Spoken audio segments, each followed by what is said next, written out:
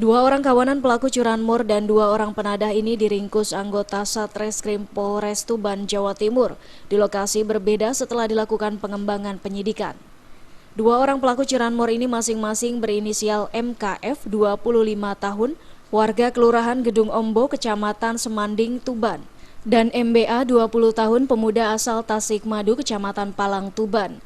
Kedua pelaku ini berperan sebagai pemetik atau yang melakukan eksekusi mencuri sepeda motor itu di sejumlah lokasi di Kabupaten Tuban.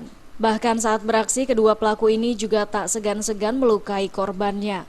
Polisi meringkus kedua pelaku curanmor ini di sebuah SPBU di Kecamatan Rembang, Jawa Tengah. Saat diringkus, polisi berhasil menyita 1 unit motor hasil curiannya dan sebuah kunci T yang digunakan untuk beraksi.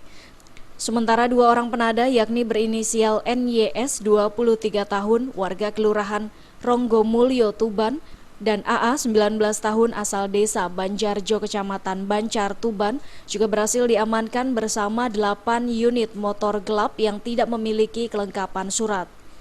Dari penangkapan terhadap 4 orang kawanan curanmor ini, sedikitnya telah diamankan 9 unit motor hasil kejahatan pelaku dari sejumlah lokasi yang berbeda.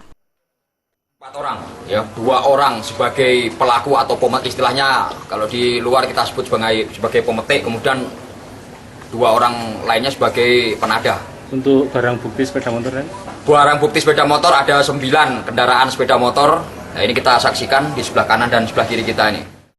Kapolres menghimbau kepada masyarakat apabila pernah merasa kehilangan motornya agar melapor ke Polres Tuban untuk mengambil motor dengan membawakan kelengkapan surat. Polisi juga masih melakukan pengembangan lebih lanjut karena diperkirakan jumlah unit yang dicuri pelaku masih bertambah.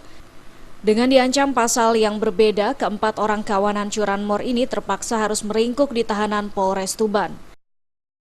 Dari Tuban, Jawa Timur, Sumali Malwapati melaporkan.